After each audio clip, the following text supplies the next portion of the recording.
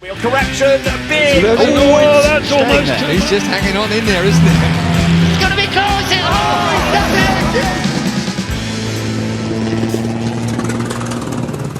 it! Others threading their way through the traffic. Christopher Mann with the Alfa Romeo. There's the car that's fastest then, Huey Walker, in the car that dates back to 1913. And we know that he's quick from what we saw here last year, the Theophile Schneider Aero. And there's a huge amount of commitment being put in. It twitches left and right, and he's now done an absolute best within the first sector. So Huey Walker here, as the weather deteriorates markedly, could go even faster. He's got 6.5 seconds, give or take, in hand over Duncan Pittaway. But Huey Walker, look at the effort being put in. Massive steering wheel correction. Big, big, big slide. He's still sliding. He's still fighting it. Brilliant stuff. Just about comes out as the winner of that battle with the car. See the advantage of having very quick steering. Yeah. Lock to lock in one smart movement. It's quite something to watch, isn't it? So can he go even faster? 2 minutes 14 is the pole lap. And those tyres that are so skinny, so narrow, very, very little, of course, touching the ground. But, yeah, two good sectors are being put in, and did lose time with that slide, but even so, it was pretty decent. And now the understeer coming out of Woodcote, then the back steps out of line. I suppose one of the beauties, Chris, of racing here with these is that it is actually a tarmac surface. In period, they were horrible, rutted roads. They were. Complete with cats and dogs and hens and grannies crossing the road in front of you. Some sensational driving. There we are. We can see the onboard GoPro on the near side as Eddie Williams. Now then, he's chasing down Owlet. Yes, he is. So Nick Swift taking a lap or two to get the hang of Owlet driving. Tail ender ahead. Now, this could be interesting. So they're coming up behind a back marker. That's the car in second place now. Eddie Williams in the 47 car, and he's right on the back wheel of Nick Swift. Now, can Owlet pop in front of this back marker? No, takes a sensible route. Lots of Aston Martin opposite lock from... Quick away from the... Stephen Archer or Jules Quick Draper. away from the chicane, though. Once he got the power down, Owlet was away. He's being chased now by Eddie Williams, 47 car. Now we've got a battle at the front with tail enders ahead of them. Owlet still with Nick Swift in control. That's the second place car. Oh, sideways. How sideways do you want it? Lovely, kept it off the grass. Controlled drift, a magnificent piece of driving. And a lovely slide from Nick, allowed Eddie Williams to get almost alongside. It's game on. Ford Water. It's game on, he's through. Oh, he's through, yeah. Eddie Williams through, past Owlet, on the charge now. We're back, riding on board with him. And Owlet disappearing backwards. Nick Swift then has got a fight on his hands. He's got an Alfa Romeo to thread his way past. Which he's not doing. He's going got backwards at a rate of knots. Held up there. Whereas Eddie Williams has sliced through. Look at the amount of work on the steering wheel. Quick glance over his shoulder. Probably the mirror is shaking quite a lot. 156 fastest lap, Williams. Whether it's drying out or not, it must be. Could be that the rain has eased off a bit. 156.8. And Eddie Williams is on a mission here, no doubt about it. Pit window closed, that's it. Driver changes done and dusted. It's down to you. Whoever's in that car, it is down to you. You cannot surrender the responsibility to anyone else. And we got 7 minutes more of this fun and games, vintage fun and games. That's, yeah, well, that applies to us, doesn't it? It does. We are vintage fun and games. Here's the Metcalfe Bentley with the hood down. Don't get many takers. That's currently in the hands of Brown Johnston. The Birchman net. Oh. Talbot is down in 6th place. I feel as if I've done 50 laps. I've got a stiff neck. It's been so exciting in here. It's been non-stop action from the word go, with the track deteriorating by the minute. Now Patrick's hopped out of Owlet into another Frazer Nash, the classic TT Replica.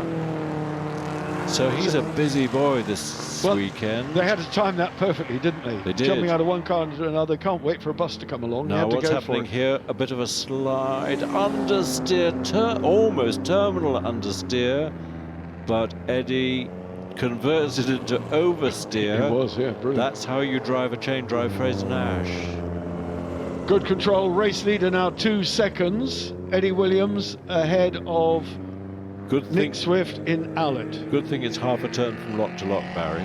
You can catch it quick. Nice and direct. He pedals it beautifully. Lives in the States. We're looking at him now, the number 3 car. He's got that fastest lap, 132.2. That's quick. Yeah, it's a good lap, and he's right up there now with Baxter and Topless. Oh, he nearly wasn't. Big slide. He just about managed to control it.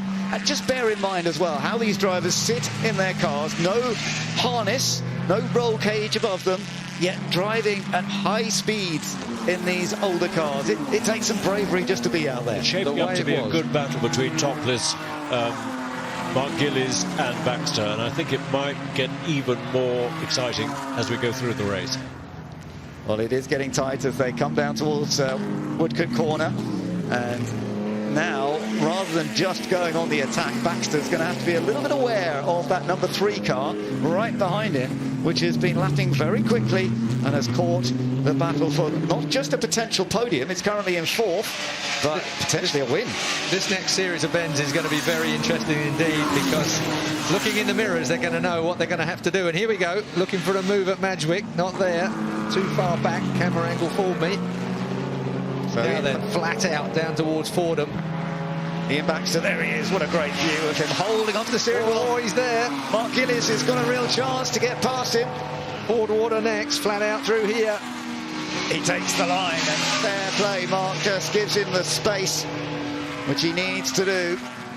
But they are still right on target with Nicholas Topless and his ERA. It is allowing our race leader, David Morris, to get away just a little bit more, because these 3 are fighting. I think Mark might be a threat. They're threading their way through slower cars. I think he might be a threat when they get down to Woodcote.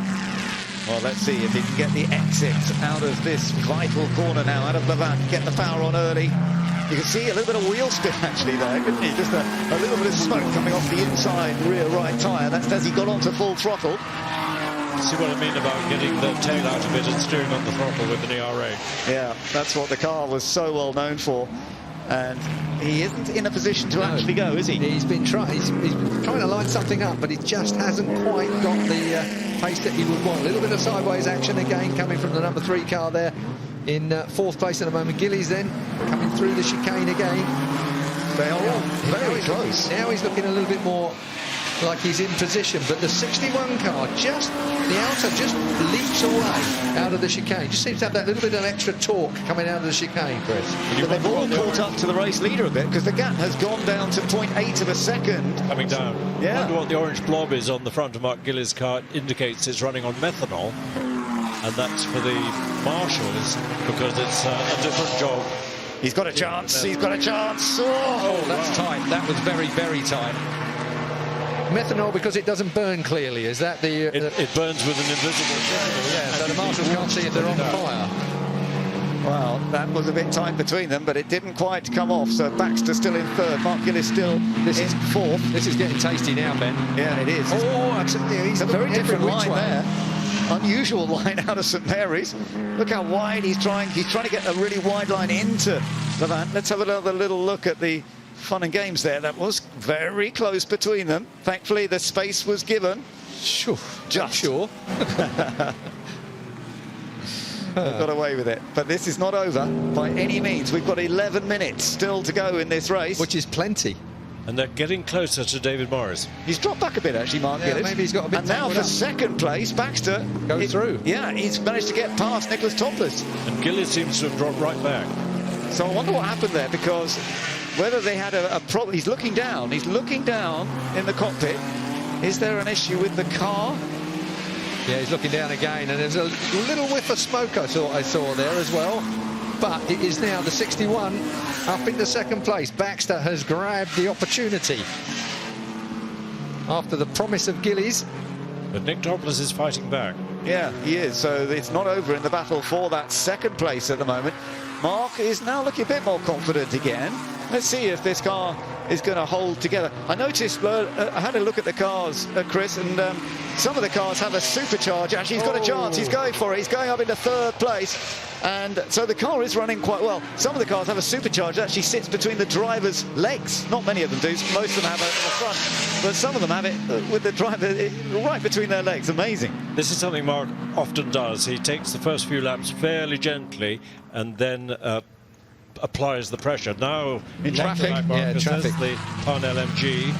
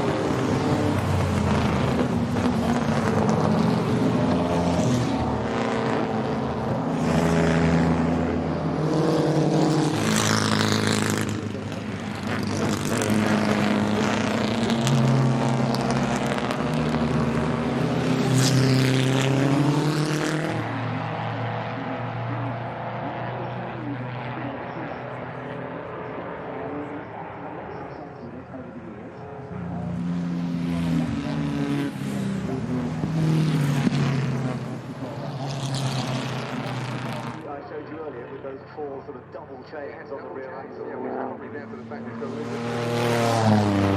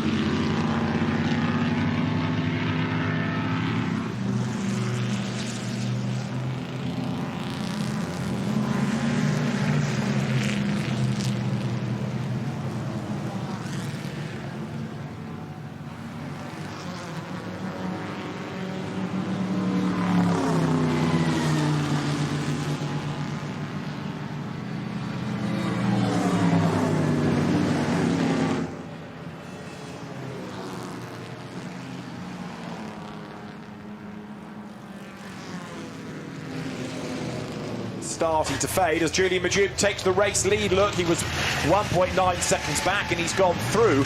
But do not think that that is the end of the battle, because Hughie Walker will throw everything at this. Look, straight away, he's round the outside coming through St Mary's. He looks to the inside line over the rise into Lavant. He can't do it there, but I would put money on the fact that he's going to challenge through Woodcote.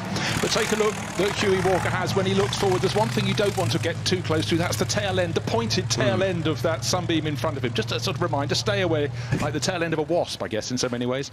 Exactly right, and it's been stung once, hasn't it, the Darracq? So he's trying to find the Theophile. He's trying to find a way back ahead down towards Woodcote, but this is where brake late and the bravery will shine. Hughie Walker looks over his shoulder to see where the opposition is. Julian Majub pulls away in a straight line, but it's through Woodcote where Hughie Walker will be able to brake much, much later.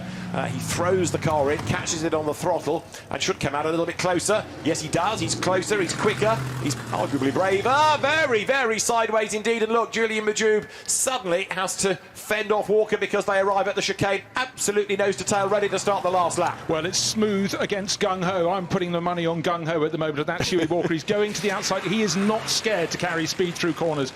Julian Majub holding the inside line, looks across, thinks, where is that madman? Oh, he's on my outside. Is he going to go for the outside at Madrick? I think probably not, but it's a combination of corners, and if he gets a good exit, Hughie Walker will chase him down to Fordwater, and we know when they get to St Mary's that, oh, a big, big twitch. That'll have cost him a lot of momentum, but Hughie Walker is winning arms and elbows of the day award at the moment, and an amazing catch. And I think certainly Julian Majub is thinking, which side are you going to attack me next? So the attack is coming.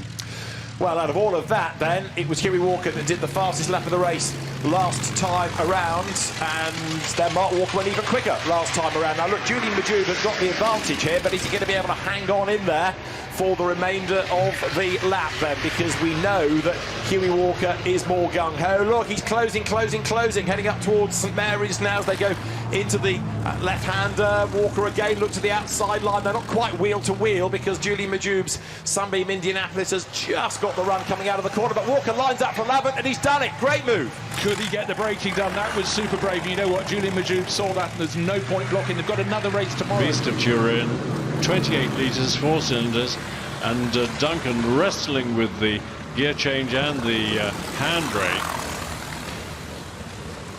He told me last year that he had never yet used full throttle around Goodwood, and he certainly won't be using full throttle today.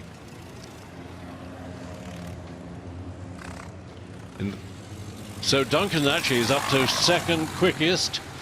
So a real battle of the old land speed record cars. This one was timed at 136 miles an hour in Belgium on a track near Ostend. But the problem was there was a tramway alongside the track, and the rules said that you had to turn around within an hour and go back the other way, but the tram driver resolutely refused to let them run. Will upset his schedule, so it never officially got the land speed record. Then it belonged to a Russian aristocrat who took it out to Australia, and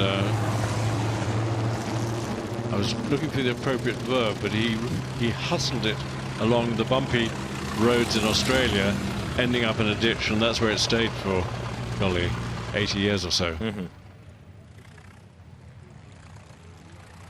So Mark Walker is currently in 4th place. Ben in Blitzen is up to 3rd. Julian Majub is in 6th place in a genuine Indianapolis Sunbeam, which is totally original.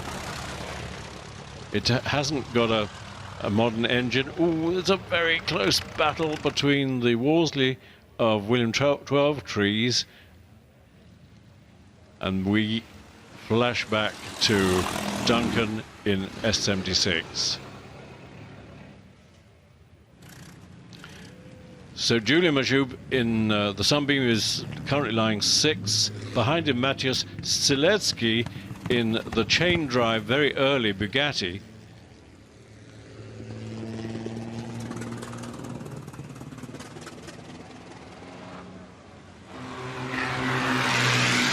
And James Collins, no relation, is 8th in his Hudson in Indy Sunbeam. And Hudson, I beg his pardon. You've now got Hughie Walker having gone to the top of the times by 6 seconds from Duncan Pitaway, Wow. but here he storms up towards the line, and does he narrow the margin at the end of that lap? Front end, that ain't going anywhere at the moment. But That's a shame. nice slide Again. from our leader. Well, the section of the tyres are just so small that, as I say, the footprint is about as big as the palm of your hand, and it's trying to fight for grip on this slimy tarmac, and in the main succeeding, but sometimes failing. But not terminally failing. No, not terminal failing. Not 360 degrees. Now then, it's getting closer. It is getting closer. Nick Swift has got the hang of this. Is there a fight back here with 4.5 minutes remaining? Nick Swift with 2 wheels on the grass over the curb there, closing down. I think the traffic slowed Eddie Williams down in the closing stages here. We've got the Hunt Blakeney Edwards car still in third. That is astonishing. Blakeney Edwards will have been in the top 3 2 cars. I think the GoPro makes it look further away than it actually is. The back markers to get past, but without any trouble at all. Well, let's have a look. You know, knowing Nick Swift the way we do and seeing the way that he's driven over the years, he will be going for it. Just as Eddie Williams is going for it. Nick Swift is threatening to retire from racing. We all hope that he won't, but maybe this is his swan song. Well, owl song, anyway. I like it. Is it Tawny? Tawny. Tawny or Barn? Here he comes. Well, He's closing. yeah, he is closing. I think that we might have 2 more laps. 1.3 last time over the line. Let's see what it is next time. There's a tail ender ahead. There's Marcus So and that- Richard Black in the Talbot. That could cause a bit of a problem for Eddie Williams. He can see, well, he can't see the Owlet closing the way we can, but Nick Swift will see that there's traffic ahead. He'll be looking for every opportunity possible.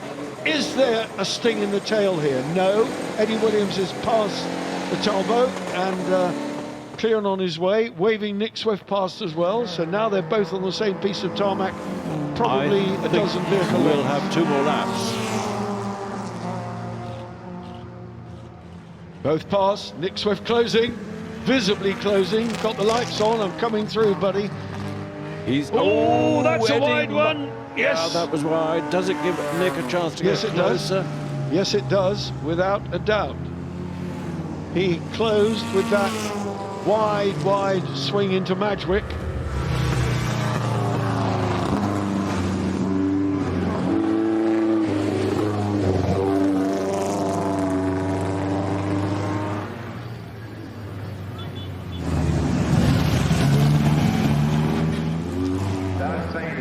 And important lap in the locker now because they need one. What a performance these 2 cars put on.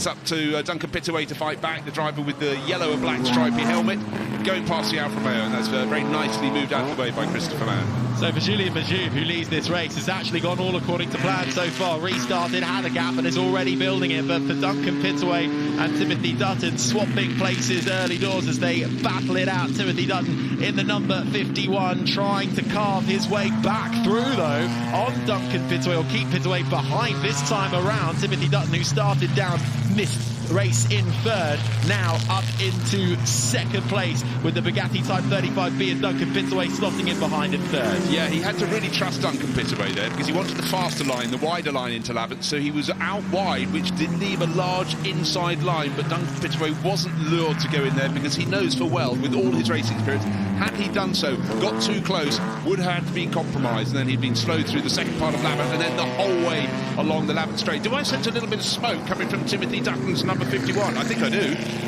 Well, there might well be drama then in these closing 4 minutes. Can we get a little look at the second of the cars coming in?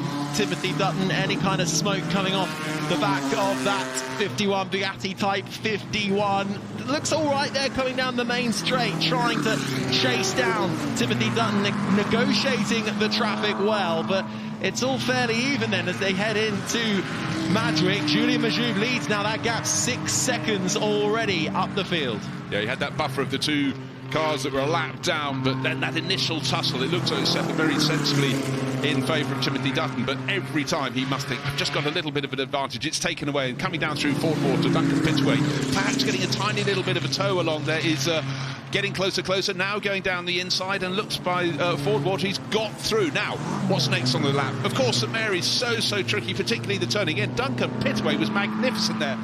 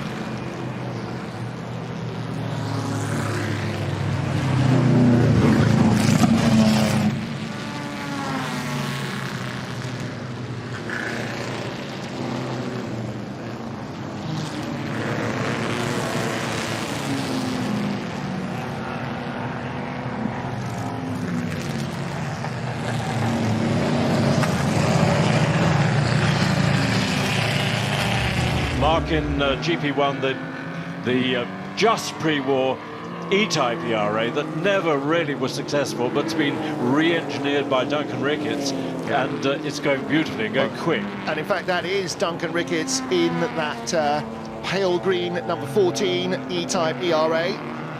Mark Gillies in R3A, one of the A-Type ERAs, which dates back to 1934. And Julian Majoub has popped up into second place in the big Alfa Romeo. Yeah, the 308C. Let's hope the Goodwood Special hasn't tweaked the front suspension against the back. Yeah. Duncan is a brilliant engineer. He's completely restored the unique Reg Parnell Challenger, which we've seen out last year for the first time after many years. it's no slouch behind the wheel either. Indeed. You know that you don't see Rob Hall racing many cars, but Duncan Ricketts races as well as the engineers.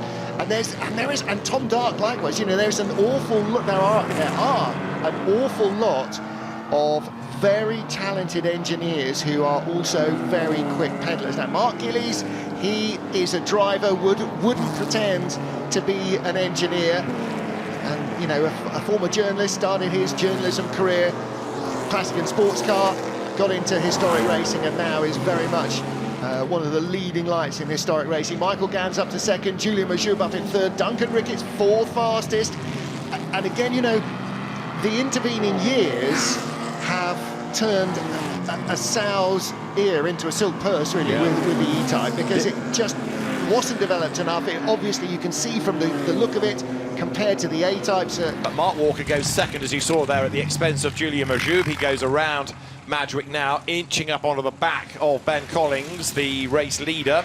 But Hughie Walker down in fourth. If he is going to win this race, he needs to be up with top two, very definitely. He's catching Julian Majoub. Mark Walker drives this car on the road, car in inverted commas. A couple of years ago, a granny in a Ford Fiesta pulled out in front of him. Her excuse was she thought it was a tractor coming very slowly, but it wasn't. I bet Mark Walker's heard them all, really, now. Ben Collins is not getting away, is he? So actually, the leading four, with only a lap to go at the end of this, all bunching up. It's going to be who's got the grunt in a straight line coming down to Woodcote, and you can see Hughie Walker now moving up to the inside against Julian Majoub, but that doesn't work. Julian defends. They break for Lavant. They turn into the right-hander.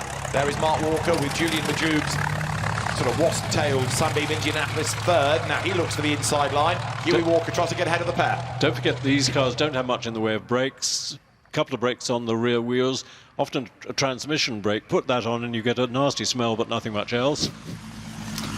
So Mark Walker in second place, overalls flapping in the breeze, gets away, look there from Julian Majoub, closing up onto the back of Ben Collins.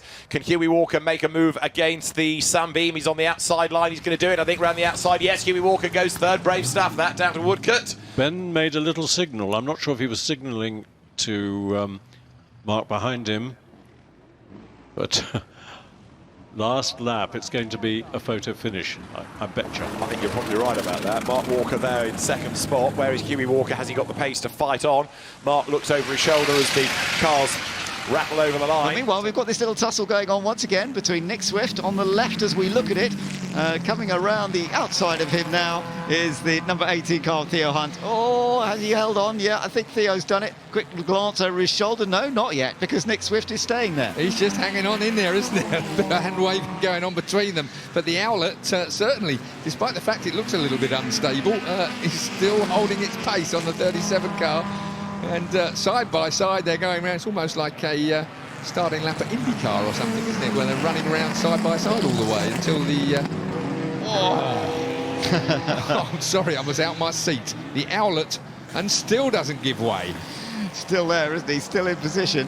Funnily enough, this car, the Owlet car with the roof, it is owned by the man who's leading this race, Pat Blakeney-Edwards. So he owned it, and he owns it, and they did the sort of restoration work on it.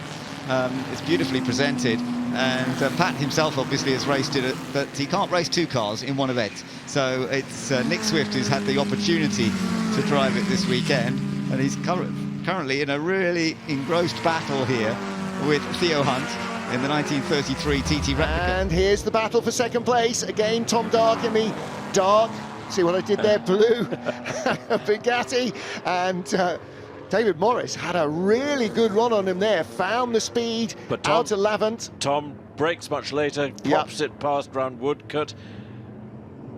And that is the virtue there, possibly with slightly better brakes, but also a sweet handling chassis, the more upright ERA. I don't think David Morris is quite convinced that he can carry the speed in that Tom Darracq does. And Darracq looking down into the cockpit. Look at the ERA coming back on the straight though, down the inside into Madgwick, takes second place again. Now, is this battle letting Mark Gillies get away? Well, yes, it absolutely is, but Mark Gillies is doing his own part in getting away. As I said, a couple of laps ago, fastest race lap, 6/10 quicker than the closest of his rivals. But these two, it's about getting ahead of the other car at the moment, the ERA of David Morris, just with a slight advantage over Tom Darracq's blue Bugatti Type 37C. As we just see the tail of the Mark Gillies pale green ERA disappearing round St Mary's and already rounding Lavant Corner.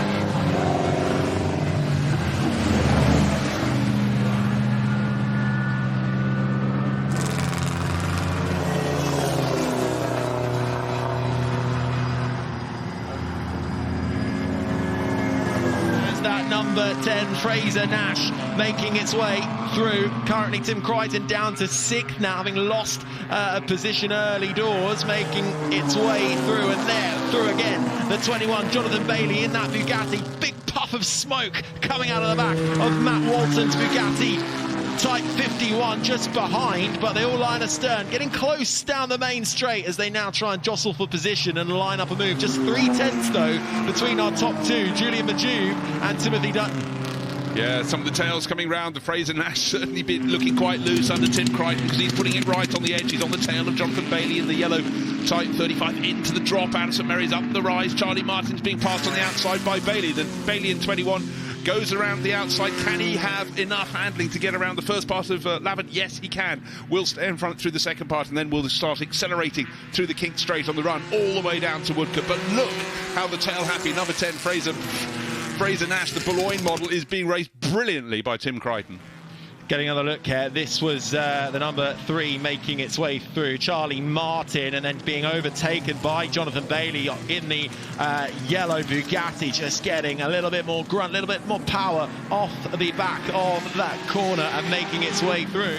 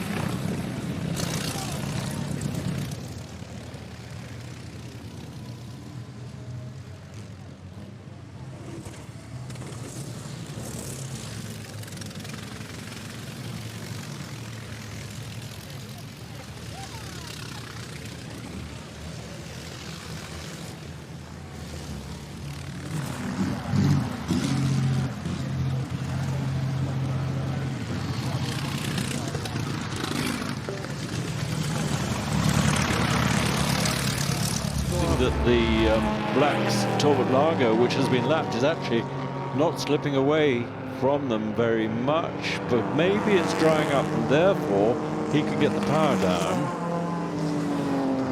And there's another French car to pop past. Sacre bleu. Sacre bleu. He is past. Goodness me, and again sawing at the wheel. I'm not sure my nerves are going to stand the next lap and a half. Well, you've only got 1 minute 40, Barry, to stand, so don't stop breathing. Oh, Owlet twitching. Oh, it was more than twitching, it's out of control. Here we go. Now another 2 more tail enders. Talbot to overtake for Eddie Williams. 2 more tail enders. You know, this is going to be where it's won or lost. These back markers, there's no way past because they're racing between themselves. Yeah, okay, the number 5 car knows he's there. That's Tanya Pilkington, if our piece of paper is correct. Tanya and Richard, highly experienced. They keep an eye on the mirror, as does the Aston Martin. Oh, is that a grassy moment for Eddie? Not quite. Owlet has been to the taxidermist. Well and truly stuffed there. Yes, he has. Oh, dear me. That cost him 1 more lap then. This will be the final lap, surely. Nick Swift in Owlet, having made his way past. And that Yeah, was you the can clever see how move. Nick got balked by the 2 back enders at the chicane. That really cost him the chance of popping ahead of Eddie Williams, who nearly put it into the pit wall, I have to say. On the exit from the chicane, he was over the rumble strip and nearly sideways into pit lane. So this is not done and dusted yet by any means. Nick Swift now pushing, but still a gap. We've got about 12 vehicle lengths between them. 2.4 seconds last time, so the gap at the front is extended. Yeah, now Eddie has got to face some more back markers to thread through. Will they hold him up? One of them doesn't, he's passed. At St Mary's then on the final lap. I think he's got past most of those tail enders. Nick now faces the same question. It's going to be 2nd place for Blakeney, Edwards and Swift, I think, unless some misfortune befalls the race leader, who's just increasing his advantage. The number 21 Vauxhall Gregor Fiskin still in 6th place behind the Birch Burnett and Rettenmeyer cars. Just and, woodcut for Eddie Williams to navigate. He's had some pretty lurid slides there, but he doesn't. Well, it's that's almost too much. Lovely. Nearly a Full bridge opposite too lock. far. Goodness me. You said lurid slides. That was the mummy and daddy of all of them, wasn't it? It was. Now, can he keep it off the grass? Yes, he can. And heads for the finish to win the Brooklands Checker flag trophy. being ready then. Over the line they go.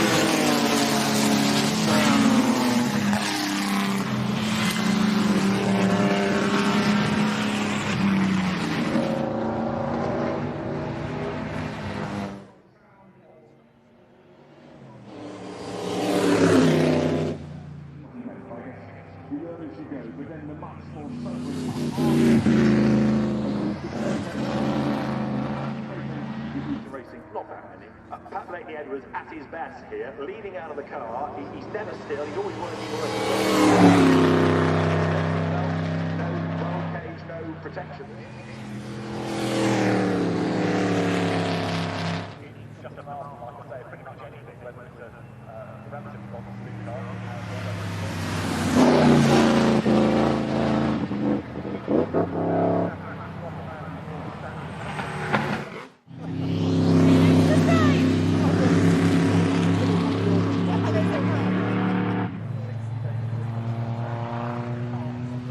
So the Fiat then comes now down towards Woodcote with Julian Majube closing up all the time there, number 23 with the Sunbeam Indianapolis, this 1916 built car, but the 28-litre Fiat is in second place. Now how's the pole position driver getting on? Huey Walker needs to fight back. Julian Majube there tries to threaten the beast of Turin into the chicane. Oh no you don't, says Duncan Pittaway. Ben Collins though has already done the first lap of the race. There he is, out on his own. Well, if it wasn't for Ben Collins, it'd be a really, really close 5-car battle for the lead of the race, being held up by Duncan Pittaway. They've got to find a way past him, and it looks though that's happening. I think Julian Majube, no, still just in behind, but he's going to take, well, quite an appreciable hole in the air, slot his car into it. That Sunbeam with the very, very pointy tail, now diving up the inside into Madrick. Has he been seen? Duncan Pittaway wise to that. And also recovering now in 5th place, the pole position driver Huey Walker. There he is, look, and he's getting up alongside. Is he Duncan Pittaway? Yes, and he goes through. So Huey Walker now might not have made the best of starts, but he's making progress. The beast of Turin. It's even closer now. They pop past Ewan Surgeson in the red Maserati. He is very good at looking in his mirrors and keeping out of the way of the people coming. Well, he did a good job then. Sideways again. Baxter absolutely lost all the momentum coming out of the chicane. Got his foot in it a little early, perhaps, but so that might have let Morris off again. I don't know whether that meant that Mark Gillis lifted, because he also lost a bit of time. Almost made me think, I wonder if he lifted off thinking that Baxter was going to lose it in front of him. He's now caught back up to him again. And an old... Oh, he's actually got a run on him. Yeah, he's got a run for second place. We know that is quick with the supercharger on it, and he's got underneath him. He goes to second place. Yeah, he's done it. Gillis goes to second place, but back markers are coming into view again. Yeah. That does complicate things. He saw the car coming alongside him, knew he had to give the space, whereas earlier on he was able to shut the door. This time Ian Baxter had to give him the space, and Mark Gillis is now up into second place. Can he still win this race from 9th on the grid?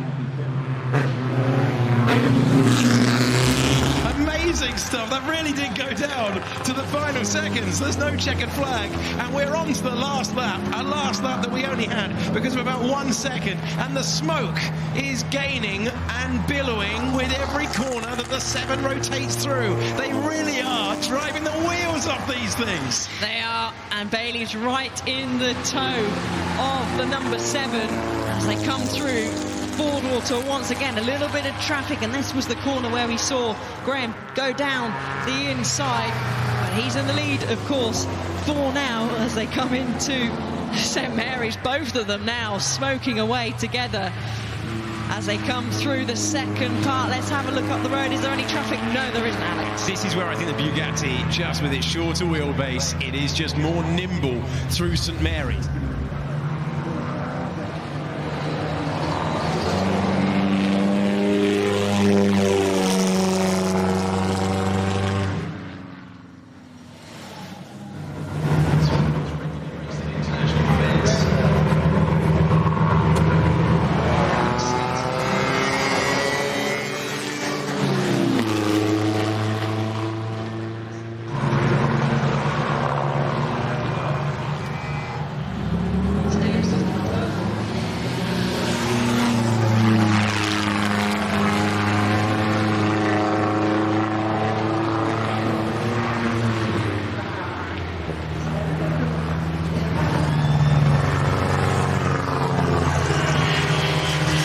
Make much difference in terms of handling because the tyres are very narrow, very solid, but Mark Walker's having to work his as hard as he can. Going into St Mary's, he's catching the second place Blitzen Benz of Ben Collins. He's got past James Collins in the Hudson, and the target is just about to turn into the first part of Lavant up ahead, so we could have the battle rejoined with Julian Majou, but he's going to have to get past Ben Collins very soon indeed. They've both got an awful lot of grunt, so out of Lavant, that's precisely what you want. Here we go then. So this is the view from the second placed car, the Blitzen Benz. The camera on the back of it is looking at the man who's putting him under pressure. That is Mark Walker, who won yesterday, and again he's fighting his way through the field. Look at the straight line speed that it's got. It's amazing. I mean, Bruce are sat here waving our arms saying, look how much he's having to control the car, fighting with that wheel right now. So now he can get his head down and go towards Julian again. Such a close race they had yesterday, so I expect Julian's going to want to make sure that he wins this race and doesn't lose it by inches over the line like he did yesterday. Well, let's see what the gap is. It was 2.2 seconds between first and second at the end of lap number 2. The end of lap number 3, the charging Mark Walker with white helmet with the cross of St George over the top is now up into second place instead of Ben Collins. What is the gap to race leader Julian Majou? Just waiting for that to come on the screen. 2.5 seconds, 2 laps to claw it in. He can do this. He just banged in the fastest lap of the race. Yeah, he has. This is the tyre coming off, apparently. Off the Oakland Romano, presumably. Yeah. Would be. Oh, of all the places to lose it, going into Woodcote, and of course it's the outside tyre. Yeah, it's not going to be the most comfortable ride, but I don't know if they've pulled in, or like you said, it might still be actually okay going round just without it. But back to the battle for the lead now. I mean, yeah, it's fantastic. The gap is already visibly, you can see, is closed now as Mark Walker charging down that straight. But the absolute point is as the fastest part of the circuit for Mark Walker in the second place, Darracq is out of Lavant and down that long straight to Woodcote. They haven't got there yet. They're just going through the dip after St Mary's, and then a car that just warms the cockles of everybody's heart. The Beta Turin, almost 2 meters from base to tip, and it is super powerful. But actually, to be honest, he's outgunned. 28-litre engine. Yes, I did say that, but it still makes me smile. It is a remarkable machine. Everybody, when they see it, they just can't quite believe how enormous it is, how tall it is, and narrow it looks. But this is all part of the development. They went for bigger and bigger engines initially. A lot of these cars that you've got here have got engines from aircraft from the First World War, because that's what they then fitted them into cars to try and make them go faster. Then they learnt that perhaps reducing the engine size, lightening things up, that actually improved the driving ability. But it's wonderful to see machinery like this. This was a car rebuilt not so many years ago now. A lot of work putting it back together. Wonderful to see it running. Yeah, and tucked in behind it, another car that really doesn't have a lot of bodywork is the Moors. And again, Ben, we were looking at these cars when they were stationary. Just the ability to see so many of the moving parts doing what they need to do. And Charlie Martin driving that very well indeed, just at the tail of the top 10. But the gap between first and second is down to 1.4 seconds as they started the final lap. It's a question, surely, not when, but where will the move come from? Mark Walker giving chase in the Darracq, Julian Majoub, they've had some fantastic racing, and the margin between them at the end yesterday was 0.3 of a second. Which way round's it going to be today? It's going to be close, Alice. Do you think it's going to come down to that last line again? I think it is, I really do. Julian just made a slight error, I felt personally, when he came out the exit of the chicane yesterday, and he just doesn't have the grunt down the straight, so he needs to try and make sure he's nice and tidy through these final section of corners, where he's maybe a little bit stronger than Mark.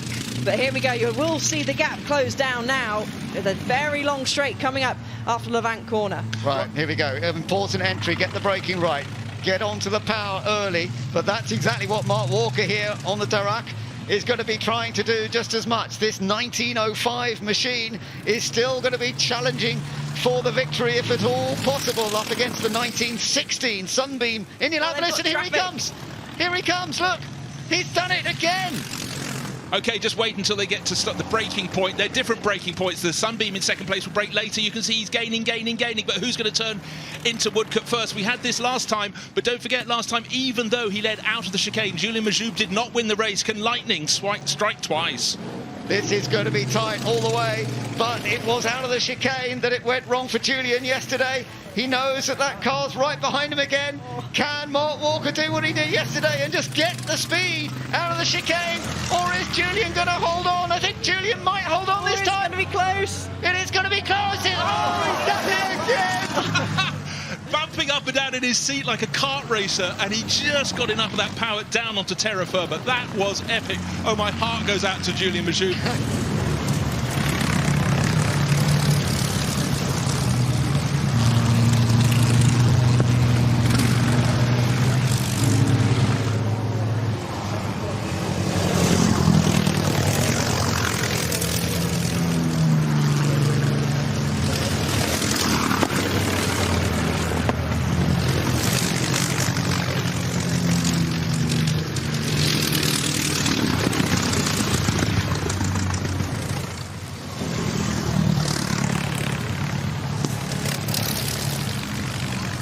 Here comes Tom, the youngster, Tom Waterfield, son of Joe Blakeney Edwards. He's gone through, so that was... Oh, that's as sideways it gets. Yeah, he held it well though, didn't he? He managed to just about hang on in there, and he has gained the position. So the Blakeney Edwards family, it's going well for them at the moment. Pat Blakeney Edwards out front at the moment by 0.6 of a second from Stretton now. Grimray still in third place, some 2.5 seconds further back.